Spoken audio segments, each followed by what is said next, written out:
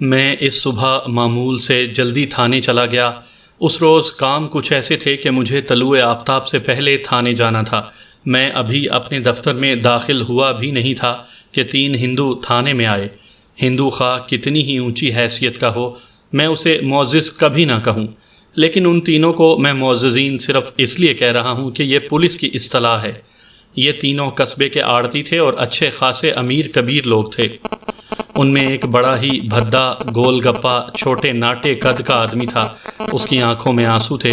میں نے انہیں اپنے دفتر میں بٹھایا اور آمد کا مدعا پوچھا۔ میری بیوی قتل ہو گئی ہے، گول گپے ٹھگنے نے سسکی سی لے کر کہا۔ اس کے ساتھ جو 2 ہندو آئے تھے وہ اس کے پڑوسی بھی تھے اور منڈی میں وہ بھی آڑتی تھے۔ اس شخص کا نام پنڈت شردھانند تھا۔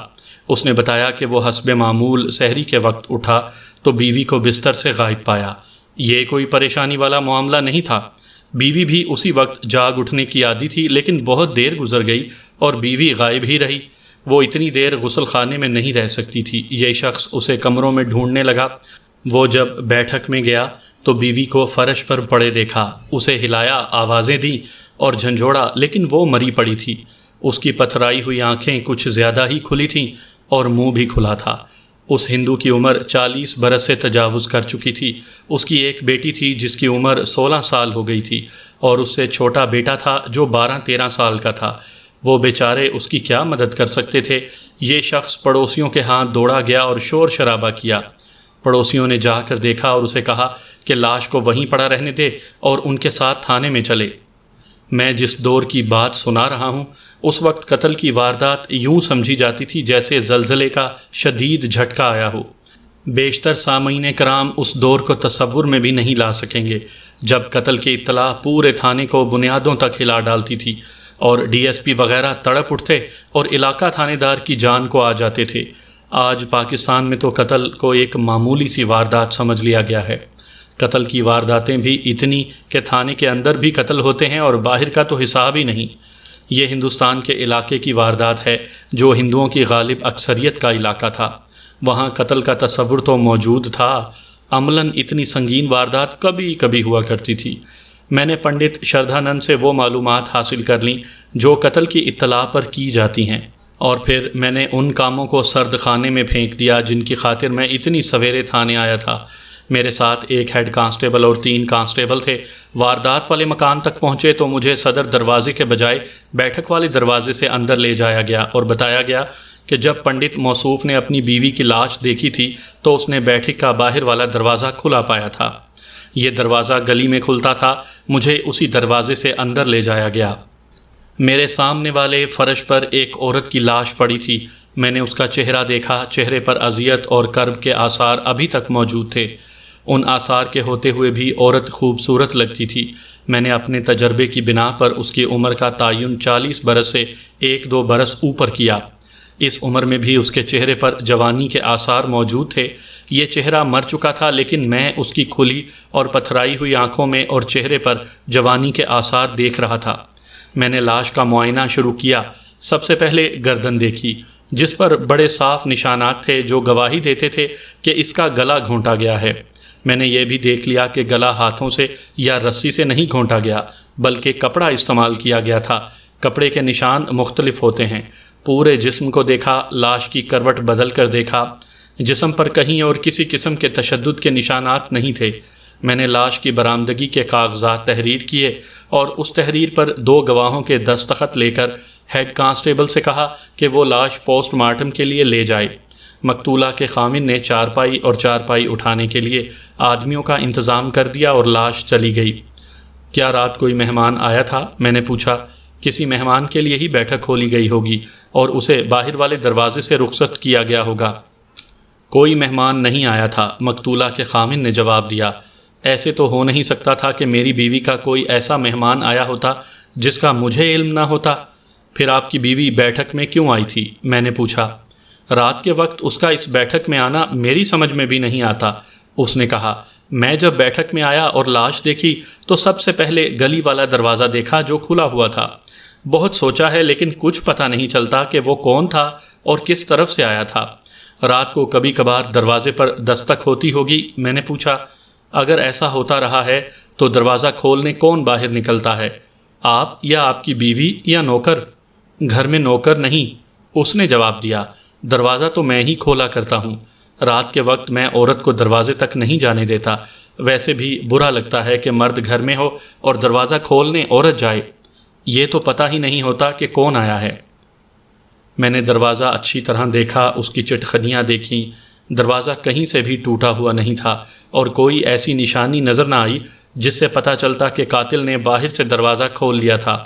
یہ خیال بھی آیا کہ فرض کیا قاتل نے باہر سے دروازہ کھول لیا تھا تو اسے یہ بیٹھک خالی ملنی چاہیے تھی، مقتولہ بیٹھک میں کیوں آئی تھی؟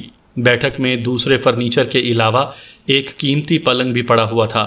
میں نے شردھا نند سے پوچھا کہ اس کی بیوی کہاں سویا کرتی تھی۔ اس نے جواب دیا کہ اس کے سونے کا کمرہ الگ ہے اور ہمیشہ اسی کمرے میں سویا کرتی تھی۔ میں نے سارا مکان گھوم پھر کر دیکھا، اندر آنے کا کوئی راستہ نہیں تھا۔ مکان خاصا کشادہ تھا اور اس میں کمرے بھی 6-7 تھے، ڈیوڑی بھی تھی اور بالائی منزل بھی تھی۔ یہ مجھے ناممکن نظر آیا کہ چھت کی طرف سے کوئی نیچے اترا ہوگا۔ مقتولہ کے خاوند سے پوچھا تو اس نے بتایا کہ صدر دروازہ اندر سے ٹھیک ٹھاک بند تھا۔ میرے کہنے پر پنڈت شردھانند نے مجھے سونے والے کمرے میں لے گیا، جہاں میں نے 2 پلنگ بچھے ہوئے دیکھے۔ مجھے وہ پلنگ دکھایا گیا جہاں مقتولہ سوتی تھی۔ یہ کمرہ بیٹھک سے دور تھا۔ فاصلے کا اندازہ اس طرح کریں کہ بیٹھک اس مکان کے ایک کونے میں تھی اور سونے کا کمرہ اس کے بالمقابل کونے میں تھا۔ سونے والے کمرے کے ساتھ والے کمرے میں اس میاں بیوی کی بیٹی اور اس کا چھوٹا بھائی سوتے تھے۔ یہ بہن بھائی گھر میں موجود تھے اور بری طرح رو رہے تھے۔ میں نے انہیں ذرا بہلایا اور پوچھا کہ انہوں نے رات کو دروازے پر دستک سنی تھی یا نہیں۔ دونوں نے سر ہلا دیے کہ انہوں نے کوئی دستک یا کوئی آواز نہیں سنی تھی۔ میں نے مقتولہ کی بیٹی کو اچھی طرح دیکھا۔ 16 سال اس کی عمر تھی اور بہت حسین و جمیل لڑکی تھی۔ میرے ذہن میں ایک مشاہدہ اور بھی اٹک گیا تھا۔ مقتولہ کو میں نے مردہ حالت میں دیکھا تھا۔ وہ دراز قد اور بڑے ہی اچھی جسم والی عورت تھی۔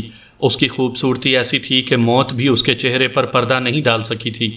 اس کے مقابلے میں اس کا خاوند ٹھگنے قد کا اور بہت ہی موٹا اور بھدا آدمی تھا۔ اس پر صدمے کا اثر تو تھا ہی، لیکن میں نے یہ مشاہدہ کیا کہ وہ بات کرتا تھا تو بالکل احمق لگتا تھا۔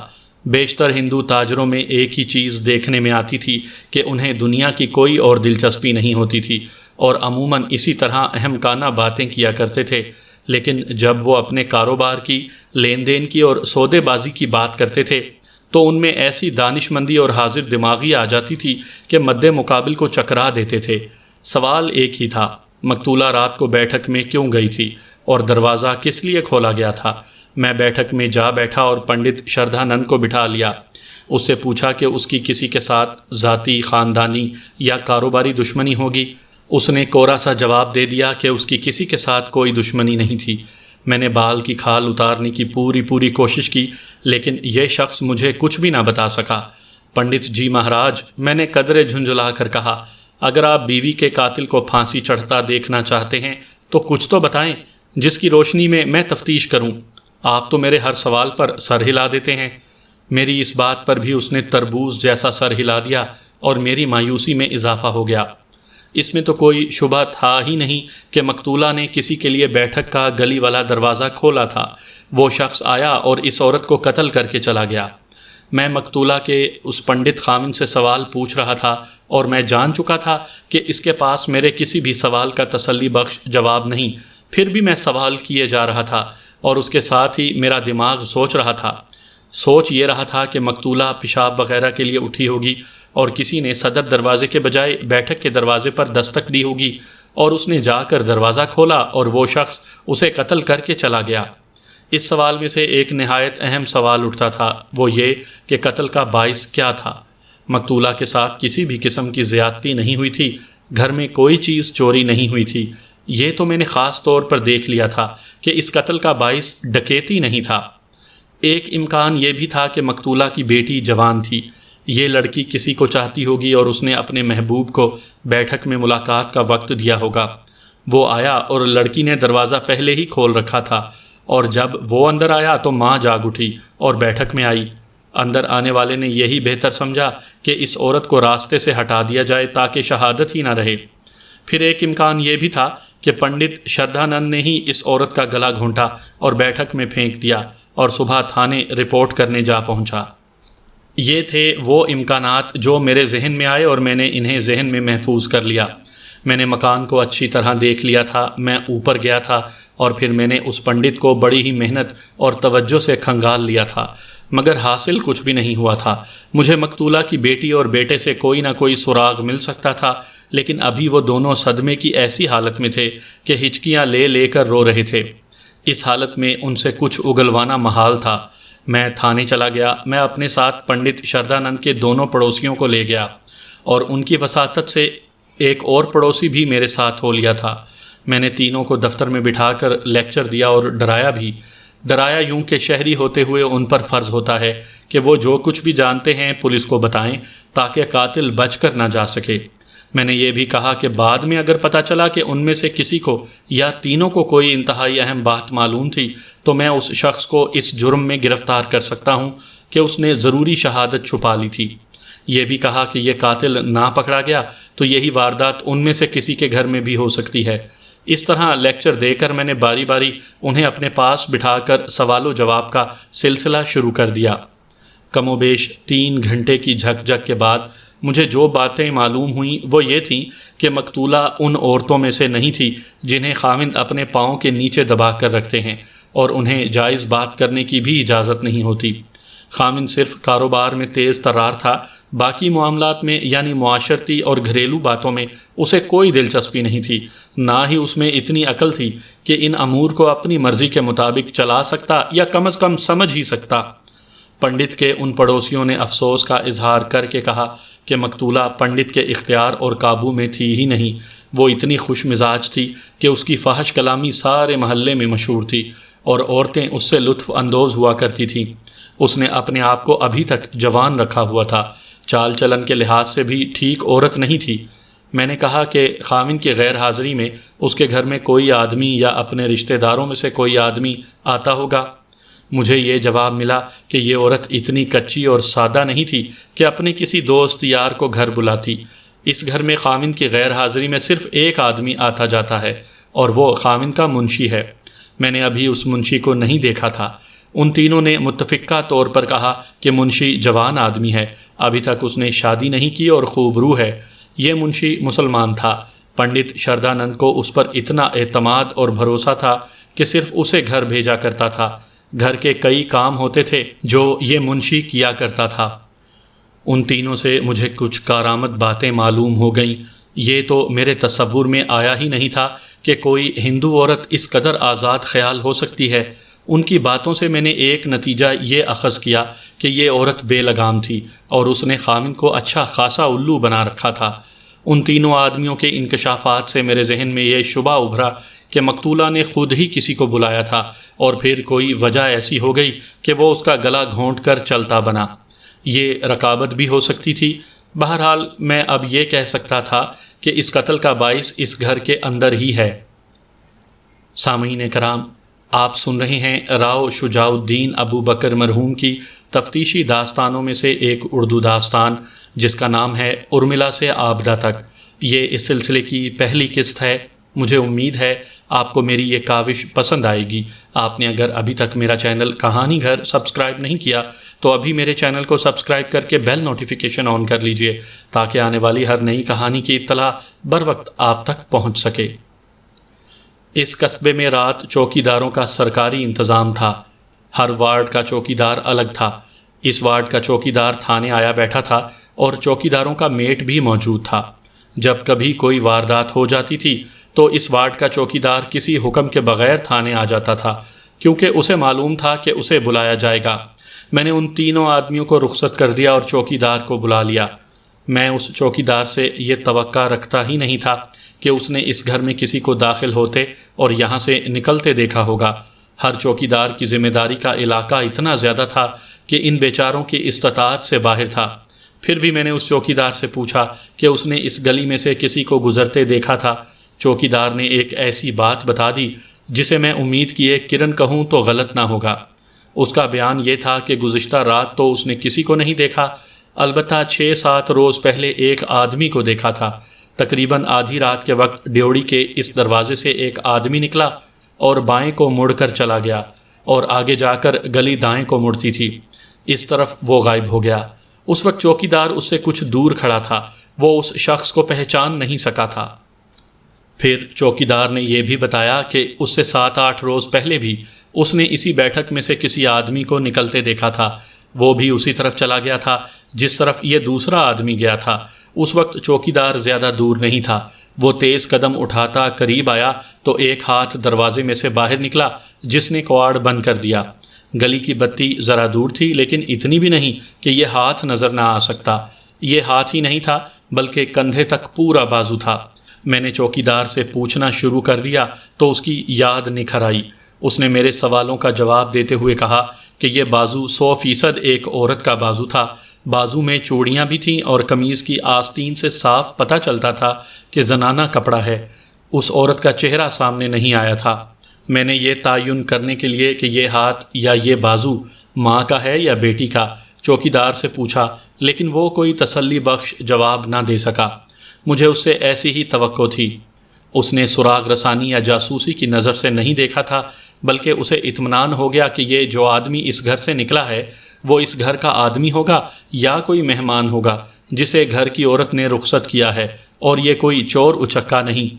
یوں چوکیدار نے میرے اس شک کی تائید کر دی کہ اس واردات کا باعث اس چار دیواری کے اندر ہی ہے، اور یہ کوئی چوری چکاری یا ڈکیتی کی واردات نہیں، نہ یہ واردات اتفاقیہ ہو گئی ہے۔ اب مجھے اطمینان ہو گیا کہ قاتل پہلے بھی رات کے وقت گھر میں آتا رہا ہے، اور وہ خود نہیں آتا رہا بلکہ اسے بلایا جاتا تھا۔ یہ میری عقل و دانش اور فہم و فراست کی آزمائش تھی۔ کوئی سراغ اور کوئی نشان نہیں تھا۔ مجھے اب اپنی عقل سے اور اپنے تجربے سے کام لینا تھا، ورنہ میرے لیے ناکامی ہی ناکامی تھی۔ یہ ایسا کیس تھا جسے پولیس کی زبان میں اندھا قتل کہتے ہیں، یعنی ایسا قتل جس میں قاتل نے کوئی نشان اور کوئی سراغ نہ چھوڑا ہو۔ میں نے چوکیدار سے کہا کہ مجھے کوئی ایسا آدمی یا عورت درکار ہے جو مقتولہ کے بارے میں اندر کی باتیں بھی بتا سکے۔ یہ تو میں نے اپنے دوسرے ذرائع سے بھی معلوم کر لینا تھا، لیکن میں ہر ذریعے سے فائدہ اٹھانے کی کوشش میں تھا۔ اسے آپ یہ بھی کہہ سکتے ہیں کہ میں تنکوں کے سہارے ڈھونڈ رہا تھا۔ چوکیدار عقل والا معلوم ہوتا تھا۔ اس نے بتایا کہ وہ ایک عورت کو لے کر آئے گا جو گھر گھر کی خبر رکھتی ہے۔ اس نے یہ بھی کہا کہ وہ اس عورت کو شام کے بعد لائے گا کیونکہ غریب عورت ہے اور انہی گھروں میں سے اسے دال روٹی اور کپڑا ملتا ہے، کسی کو یہ پتہ نہ چلے کہ وہ تھانے آئی تھی۔ چوکیدار کو رخصت کر کے میں نے مخبروں کو تھانے بلانے کا حکم جاری کیا۔ آپ کے ہاں مخبر کا تصور کچھ اور ہوگا۔ میں اگر آپ کو بتاؤں کہ کیسے کیسے حضرات پولیس کے پاس آ کر مخبری کرتے ہیں تو آپ کا تصور چکنا چور ہو جائے اور آپ حیران بھی ہو جائیں۔ ایک تو پولیس کے پیشہ ور مخبر ہوتے ہیں جن کا سوسائٹی میں کوئی اونچا مقام نہیں ہوتا، مثلاً وارداتیے، رجسٹرڈ بدماش، جرائم پیشہ اور سزا یافتہ لوگ۔ اصل مخبری تو وہ معززین کرتے ہیں جو اپنے اپنے علاقے میں عوام کے حاکم بلکہ حکمران بنے رہتے ہیں، لیکن پولیس کے افسروں کے ہاں جا کر وہ ایک دوسرے کے خلاف غیبت کا ارتکاب کرتے ہیں۔ اس فن میں ایک دوسرے پر سبقت لے جانے کے لیے وہ لوگوں کے گھروں کے اندر کی باتیں معلوم کرتے رہتے ہیں۔ زندگی نے وفا کی تو میں کسی وقت ایسے معزز مخبروں کی بھی ایک دو کہانیاں سناؤں گا۔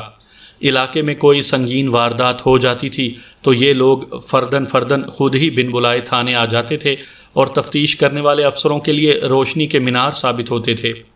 ذہن میں یہ رکھ لیں کہ میں یہ وقوعہ اور اس کی تفتیش کی تفصیلات سناتے ہوئے ایسی پابندی نہیں رکھ سکوں گا کہ یہ بات واردات کے کتنے دنوں بعد ہوئی تھی اور میں نے فلاں اقدام کس روز اور کس وقت کیا تھا۔ وقت دن کا تھا یا رات کا، بات پرانی ہو گئی ہے، اس لیے دن اور وقت کا تعین میرے لیے ممکن نہیں رہا۔ اس قصبے میں ایک سرکاری ہسپتال تھا جس کا ڈاکٹر وہیں پوسٹ مارٹم کیا کرتا تھا۔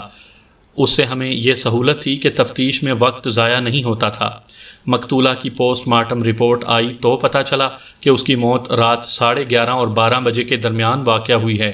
یہ تصدیق ہو گئی کہ گلا گھونٹا گیا تھا اور موت کا باعث یہی تھا۔ گلا گھونٹنے کے سوا اس پر کسی بھی قسم کا تشدد نہیں کیا گیا تھا، نہ اس کی آبرو ریزی کی گئی تھی۔ یہ تو میں نے لاش دیکھتے وقت نوٹ کر لیا تھا کہ اس نے کپڑے پہنے ہوئے تھے اور ان کپڑوں کو چھیڑا تک نہیں گیا تھا، یعنی مقتولہ پر دست درازی نہیں ہوئی تھی۔ اس رپورٹ کی روشنی میں یہی کہا جا سکتا تھا کہ یہ انتقامی قتل کی واردات ہے۔ مقتولہ کی عمر بے شک 40 برس سے تجاوز کر گئی تھی، لیکن وہ جوان لگتی تھی اور اس کا حسن قائم تھا۔ اس کے باوجود قاتل نے اس پر مجرمانہ حملہ نہیں کیا تھا، بلکہ میں یہاں تک کہوں گا کہ اس نے جیسے توجہ ہی نہ دی ہو کہ یہ ایک خوبصورت عورت ہے۔ وہ اسے قتل کرنے ہی آیا تھا، اور اس میں انتقام کا جذبہ اتنا شدید تھا کہ نہ اس نے اس کے حسن و جوانی کی طرف توجہ دی اور نہ اس نے اس کے زیورات اتارے۔ اس کے کانوں میں سونے کے وزنی جھمکے تھے، بازوؤں میں سونے کی چوڑیاں تھیں اور ایک انگلی میں سونے کی انگوٹھی تھی۔ شام تک 3-4 مخبر خود میرے پاس آ چکے تھے۔ میں کہانی سنانے کے معاملے میں طوالت اور تفصیلات کا قائل نہیں، میں صرف نہایت اہم باتیں سناتا ہوں۔ ان افراد سے مجھے یہ معلومات حاصل ہوئیں کہ مقتولہ اپنی بدماشی کی وجہ سے قتل ہوئی ہے۔ اس کا خاوند ایسا بدھو تھا کہ اس کی کسی کے ساتھ دشمنی ہو ہی نہیں سکتی تھی۔ یہ تو میں بھی جانتا تھا کہ تجارت پیشہ ہندو کسی کے ساتھ عداوت رکھتے ہی نہیں تھے، بلکہ یہاں تک دیکھا گیا تھا کہ ان سے کوئی گالی گلوچ کر دے تو بھی وہ اپنی مطلب براری کی خاطر ہنستے رہتے تھے۔ مقتولہ کے بارے میں ان میں سے کسی نے بھی اس کے حق میں بات نہیں کی۔ انہوں نے کہا کہ منشی جو پنڈت شردھانند کے گھر میں کھلے بندوں آتا ہے، کسی کاروبار یا گھریلو کام کے لیے نہیں آتا، بلکہ مقتولہ کی خاطر آتا ہے، اور مقتولہ اس کی پرورش کرتی ہے۔ اس منشی کا نام لائق علی تھا۔ میں نے یوں نہیں سوچا کہ منشی کے بارے میں ایک اطلاع ملی تو اسے فوراً تھانے بلا لوں۔ میں نے اسے ذہن میں محفوظ کر لیا اور سوچا کہ آگے چل کر اسے بلا لوں گا۔ ابتدائی مرحلے میں اسے اور مقتولہ کے خاوند کو یہ تاثر دینا ہی نہیں چاہتا تھا کہ ان کے خلاف میرے دل میں شکوک ہیں۔ خاوند کے بارے میں کہہ چکا ہوں کہ یہ امکان موجود تھا کہ اس نے خود ہی مقتولہ کا گلا گھونٹ دیا ہوگا۔ مجھے اپنے اس شک کے حق میں رپورٹیں ملنی شروع ہو گئی تھیں۔ میں نے اپنی سروس میں دیکھا ہے کہ اس قسم کے سیدھے، بدھو اور بزدل آدمی کسی بھی وقت ایسے ہی بھڑک اٹھتے ہیں اور کسی کا یا اپنا ہی خون کر دیتے ہیں۔ پھر ان افراد نے ایک انکشاف اور کیا۔ اس گھر میں ایک بڑی ہی حسین اور نوجوان لڑکی تھی جو قتل کا باعث بن سکتی تھی۔ میں نے ابھی اس لڑکی کے بارے میں کچھ بھی نہیں پوچھا تھا، لیکن ان افراد نے خود ہی اس کا ذکر کیا اور بتایا کہ یہاں ایک ہندو ٹھیکیدار ہے جس کی عمر 40 برس سے تجاوز کر چکی ہے۔ وہ بڑا ہی مالدار آدمی ہے اور عیاش، شرابی اور بدکار ہے۔ مقتولہ اپنی اس بیٹی کی شادی اس ٹھیکیدار کے ساتھ کر رہی تھی۔ مقتولہ نے اسے 50,000 روپیہ مانگا تھا اور آخر 22,000 میں سودا طے ہوا۔ اب تک شادی ہو جانی چاہیے تھی، لیکن خفیہ اطلاعات کے مطابق لڑکی رضامند نہیں ہو رہی تھی اور ماں اس پر زبردستی اپنا فیصلہ ٹھونس رہی تھی۔ یہاں میں تھوڑی سی وضاحت پیش کرنا چاہتا ہوں۔ ہندوؤں میں آج بھی یہ دستور چلتا ہے کہ لڑکے والے لڑکی والوں سے منہ مانگا جہیز لیتے ہیں اور اس کے ساتھ کچھ رقم کیش بھی مانگتے ہیں۔ میں ایسے متعدد واقعات سنا سکتا ہوں کہ لڑکوں والے لڑکیوں والوں کو کس طرح زچ اور پریشان کر دیتے ہیں۔ وہ یوں کہ بارات گئی اور لڑکے کے باپ نے لڑکی کے باپ سے کہا کہ نقد رقم جو طے ہوئی تھی ادا کرو، پھر شادی ہوگی۔ لڑکی کے باپ نے کہا کہ یہ رہی رقم، لیکن اس میں سے 2-4 ہزار روپیہ کم ہیں جو وہ ہفتہ 10 دن تک ادا کر دے گا۔ لڑکے کے باپ نے یہ فیصلہ سنا دیا کہ رقم پوری کرو ورنہ بارات واپس چلی جائے گی۔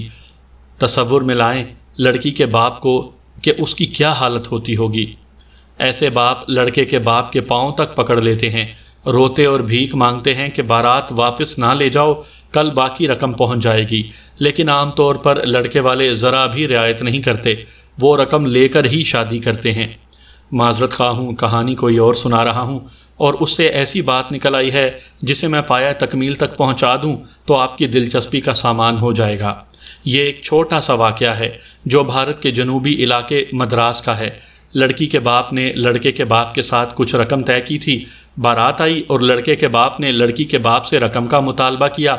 لڑکی کے باپ نے رقم پیش کر دی، لیکن اس میں 5,000 روپیہ کم تھا۔ اس نے کہا کہ یہ بقایا رقم 4 دنوں میں ادا کر دی جائے گی۔ لڑکے کے باپ نے رعونت سے کہا کہ پوری رقم لوں گا ورنہ شادی نہیں ہوگی اور بارات واپس جائے گی۔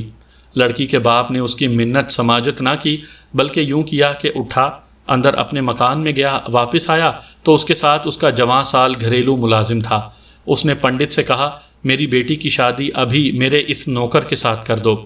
باراتی اور دیگر لوگ ہکے بکے رہ گئے، لیکن لڑکی کے باپ نے بڑے اطمینان سے لڑکی کا بیاہ اپنے نوکر سے کر دیا اور لڑکے کے باپ کو دھتکار کر وہاں سے اٹھایا اور چلتا کر دیا۔ یہ تو ہندوؤں کا دستور تھا جو آج بھی چلتا ہے، اور لڑکیوں والے مجبوراً اسے قبول کرتے ہیں۔ آپ نے یہ بھی اخباروں میں پڑھا ہوگا کہ کوئی لڑکی لڑکے والوں کے ساتھ کیے ہوئے وعدوں سے کم جہیز کے لیے سسرال گئی تو اس کے ساتھ بے حد برا سلوک کیا گیا، یہاں تک کہ اسے جلا بھی دیا گیا اور یہ کہا گیا کہ چولہا پھٹنے سے جل گئی ہے۔ اس دستور کے خلاف پنڈت شردانند کے ہاں گنگا الٹی چل رہی تھی۔ وہ کوئی امیر کبیر ٹھیکیدار تھا جس کے پاس اتنی دولت تھی کہ وہ ایک دو نوجوان لڑکیوں کو خرید سکتا تھا۔ اس نے کہیں شردانند کی بیٹی کو دیکھ لیا ہوگا اور شردانند سے رابطہ کر کے سودا طے کر لیا۔